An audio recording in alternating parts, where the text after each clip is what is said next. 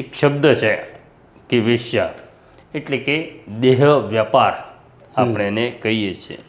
આપણે ત્યાં આ શબ્દને લઈને છોછ છે, વેશ્યા શબ્દને લઈને, પણ ખરેખર એક વ્યાપાર છે. પાછળ જઈને જોઈએ, જ્યારે રાજા રજવાડાઓ હતા ત્યારે એને અલગ અલગ નામથી ઓળખવામાં આવતું. અંગ્રેજો એને પ્રોસ્ટિટ્યુશન કહે છે.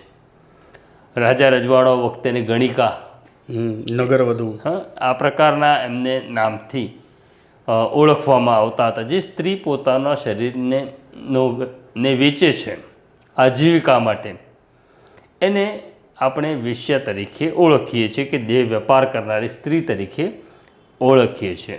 મોના થીબાએ જે કહ્યું કે સેવા, એ સેવાનો ભાવ તો આમાં નથી, પણ મોના થીબા કહેવા જુદું માગતા હતા, મને એવું લાગે છે. અને એમણે કહ્યું પણ છે એની આ વિડીયોમાં કે વેશ્યાવૃત્તિ આપણે ત્યાં જે ચાલે છે અથવા આ વેપાર જે ચાલે છે, એ વેપારને લઈને ઘણી બધી સ્ત્રીઓ સાથે દુષ્કર્મ નથી થતું. કારણ કે બહુ સહજ અને સરળ ભાષામાં જો સમજાવીએ તો આ એક ભૂખ છે.